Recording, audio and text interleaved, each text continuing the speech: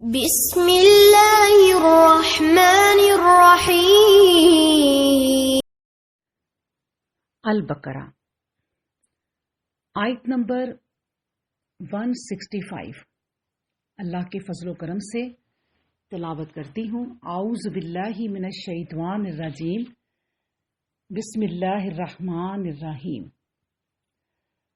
وَمِنَ النَّاسِ مَن يَتَّخِذُ مِن دُونِ اللَّهِ أَندَادًا يُحِبُّونَهُمْ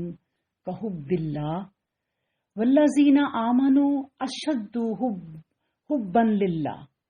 وَلَوْ يَرَى الَّذِينَ ظَلَمُوا إِذْ يَرَوْنَ الْعَذَابَ أَنَّ الْقُوَّةَ لِلَّهِ جَمِيعًا وَأَنَّ اللَّهَ شَدِيدُ الْعَذَابِ۔ وَمِنَ النَّاسِ اور بعض لوگ ہیں، من یتخذو جو بنا لیتے ہیں،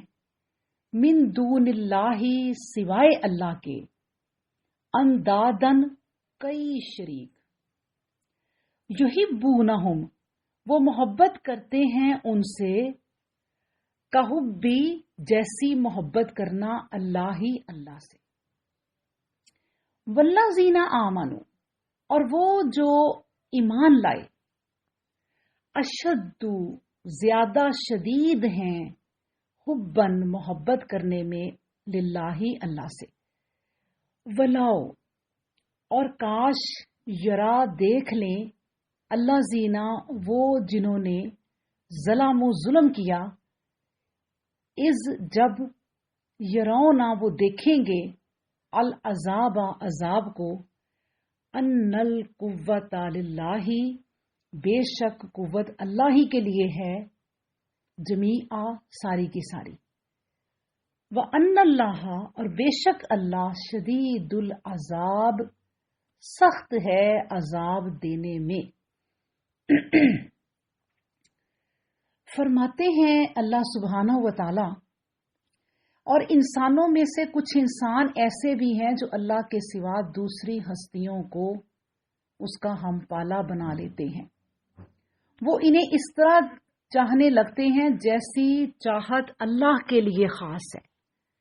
حالانکہ جو لوگ اللہ پر ایمان لاتے ہیں ان کے دلوں میں تو سب سے زیادہ محبت اللہ ہی کی ہوتی ہے۔ یہ بات ان ظالموں کو اس وقت سوجے گی جب وہ عذاب کی لپیٹ میں ہوں گے، اس دن یہ دیکھیں گے کہ ہر طرح کی قوت تو بس اللہ ہی کے لیے ہے اور اس کا عذاب بڑا ہی سخت ہے۔ اللہ اکبر۔ اب دیکھیں، ہم نے جو پچھلی آیت پڑھی اللہ کی نعمتوں کے بارے میں، اس کے دن رات، انسان کو چاہیے تو یہ تھا کہ وہ ان خزائن قدرت میں غور کرتا، ان سے کام لیتا اور اپنی ضروریات پوری کرتا۔ اگر بالفرض رزق کمانے میں کوئی دقت محسوس ہوتی تو اسے برداشت کرتا، مگر بعض بدبختوں کی یہ کیفیت ہوتی ہے کہ اللہ سے یہ علیحدہ ہو کر غیروں سے اپنا رشتہ جوڑ لیتے ہیں، دوسروں کو اپنا رزاق اور مربی خیال کرنے لگ جاتے ہیں، ان کی غلامی و محکومی کو اپنے لیے باعث عزت سمجھتے ہیں، ان کے آگے خاک مذلت چاٹتے ہیں اور اس طرح اپنی تمام عمر صرف کر دیتے ہیں۔ مگر ایک مسلمان کی شان اس سے کہیں زیادہ رفیع و بلند ہے،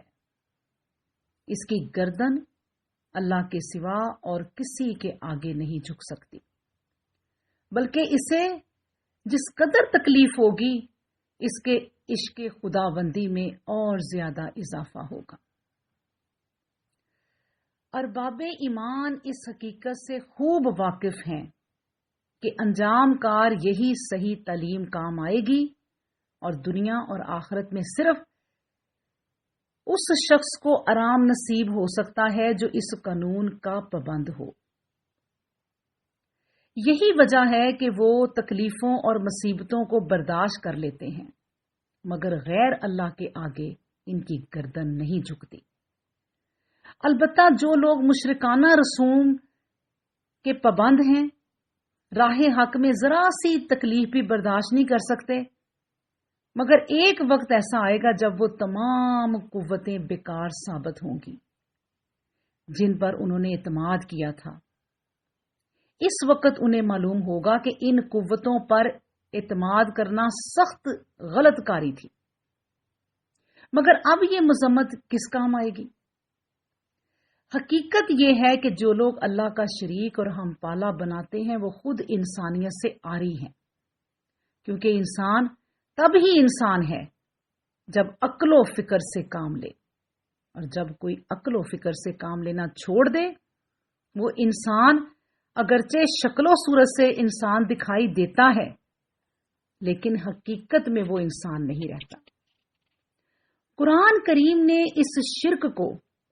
تمام برائیوں کی جڑ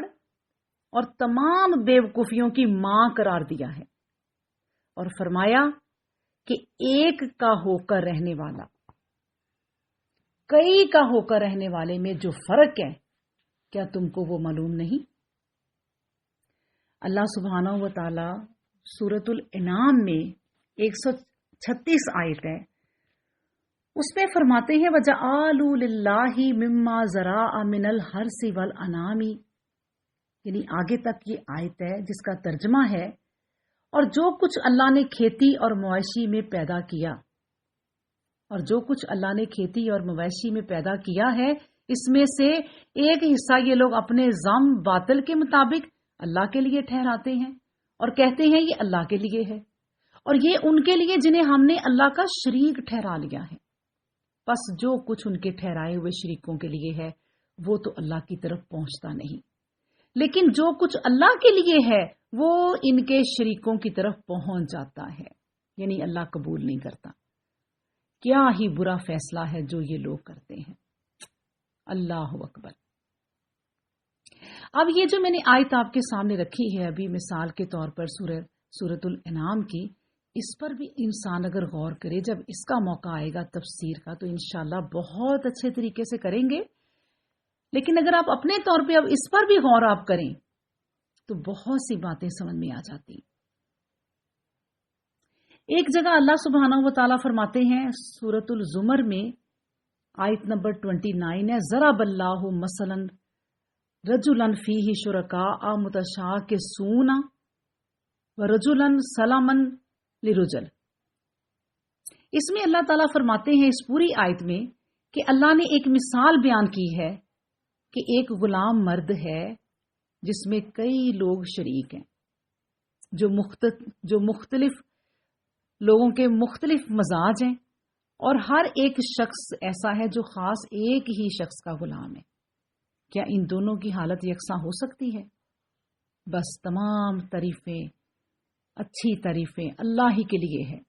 لیکن اکثر لوگ نہیں جانتے۔ اب دیکھیں یہ جو میں نے مثال پڑھی ہے قرآن کی، اس میں اللہ سبحانہ و تعالیٰ یہی فرماتے ہیں کہ ایک غلام ہے جو کئی لوگوں کا غلام ہے، کتنی اس کو مشکل پڑتی ہوگی، اور ایک غلام ہے صرف ایک ہی شخص کا غلام ہے، اسی کے گھر رہتا ہے، اسی کی غلامی کرتا ہے، اسی کا حکم مانتا ہے، تو اس کے لیے آسانی ہے یا اس غلام کے لیے آسانی ہے جو کئی لوگوں کا غلام ہے؟ اللہ اکبر۔ تو بس مشاہدہ ہے کہ آج بھی مسیحوں کو محبت اور تعلق کے خاطر خدا سے کہیں زیادہ خدا کے بیٹے اور پھر روح القدس اور مقدس کواری یعنی مریم علیہ السلام سے ہے، اور ہندوؤں کی محبت اور تعلق کے خاطر اپنے ایشور اور پرماتما سے کہیں زیادہ درگ مائی، لکشمی مائی، اگنی دیوتا وغیرہ دیویوں اور دیوتاؤں کے ساتھ، اور رشیوں اور منیوں اور سادھوؤں کے ساتھ ہے۔ اور مسلمانوں کی باری آئی تو انہوں نے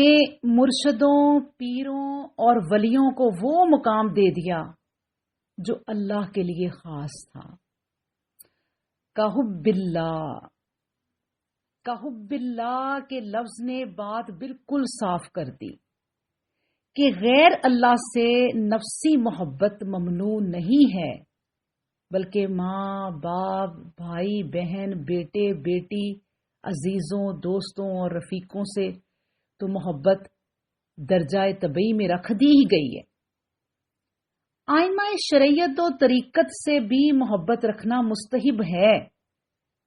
البتہ جو محبت حرام ہے وہ محبوب کو درجہ ربوبیت پر پہنچا جانے والی ہے۔ یا علی، یا حسین، یا خواجہ، یا غوث اعظم، یا وارث کے نعرے لگانے والے ذرا اپنے دلوں کو ٹٹول کر دیکھیں کہ محبت کا کتنا حصہ اللہ کے لیے باقی رہ گیا اور کتنا دوسروں کی نظر ہو گیا۔ ان لوگوں کی رسپیکٹ، ان لوگوں کی عزت بہت ہے اور ان کا کوئی رتبہ بھی نہیں لے سکتا، لیکن ان کی محبت میں اللہ کی محبت سے بڑھ جانا یہ تباہی ہے۔ پھر اللہ سبحانہ و تعالیٰ فرماتے ہیں الزمر میں ہی 45 آیت ہے،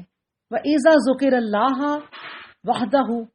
اور آگے تک یہ آیت ہے کہ اور جب اللہ وحدہ لا شریک لہو کا ذکر کیا جاتا ہے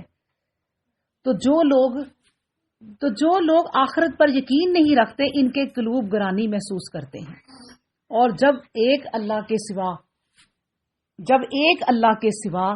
اوروں کا ذکر کیا جاتا ہے تو اس وقت یہ خوش ہوتے ہیں۔ اللہ اکبر۔ تو فرمایا یہ جا رہا ہے کہ یہ لوگ زبان سے اللہ تعالیٰ کی عظمت اور محبت کا اعتراف کرتے ہیں، مگر اکیلے اللہ کی حمد و ثنا پر خوش نہیں ہوتے جب تک کہ دوسروں پیروں، فقیروں اور داتاؤں کی کرامات کا ذکر نہ کیا جائے۔ آج کل بھی خالص توحید کا واعظ کہنے والوں کو منکر اولیاء سمجھا جاتا ہے، اور واعظ بھی سامعین کو خوش کرنے کے لیے ادھر ادھر کی گپیں ہانکنا ضروری خیال کرتے ہیں۔ قرآن کریم کا درس دیں گے تو بھی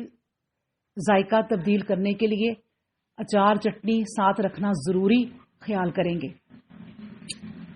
اللہ اکبر۔ تو فرمایا جا رہا ہے کہ ایمانداروں کی نشانی ہی یہ ہے کہ وہ اللہ کی محبت میں بہت سخت ہوتے ہیں، یعنی ان کے دل میں جو اللہ کی محبت ہوتی ہے وہ سب محبتوں پر غالب رہتی ہے، کیونکہ ان کے دل عظمت الہی اور توحید ربانی سے معمور ہوتے ہیں، اور وہ اللہ کے سوا دوسروں سے ایسی محبت نہیں کرتے جو خالص اللہ کے لیے ہوتی ہے، اور نہ ہی وہ کسی دوسرے سے کبھی التجا کرتے ہیں، اور نہ ہی دوسروں کی طرف جھکتے ہیں، اور نہ ہی اس پاک ذات کے ساتھ کسی کو شریک ٹھہراتے ہیں۔ مطلب یہ ہے کہ مومن کی محبت عقلی اللہ تعالی کے ساتھ اس کی تمام دوسری محبتوں پر غالب رہتی ہے۔ قرآن کریم اللہ کا وہ پیغام ہے کہ مشرکین کو جو اپنی جانوں پر بوجہ اپنے شرک کے ظلم کرنے والے ہیں اللہ کے عذاب کی خبر پہنچاتا ہے کہ اگر یہ لوگ عذاب کو دیکھ لیتے تو یقین ہو جاتا کہ قدرتوں والا صرف اللہ تعالیٰ ہی ہے، تمام چیزیں اسی کے ماتحت اور زیر فرما ہیں، اور اس کے عذاب بھی بڑے بھاری ہیں۔ جیسے ایک جگہ فرمایا گیا ہے کہ اس دن نہ تو اس کے عذاب جیسا کوئی عذاب کر سکتا ہے اور نہ اس کی پکڑ جیسی کسی کی پکڑ ہو سکتی ہے۔ اس کا یہ مطلب بھی ہو سکتا ہے کہ اگر انہیں اس منظر کا علم ہوتا تو یہ اپنی گمراہی اور شرک و کفر پر ہرگز نہ اڑتے۔ اللہ اکبر۔ ایک آیت میں آخری آپ کے سامنے رکھ دیتی ہوں، سورۃ الانبیاء میں ہے کہ اللہ فرماتا ہے کہ اگر یہ منکر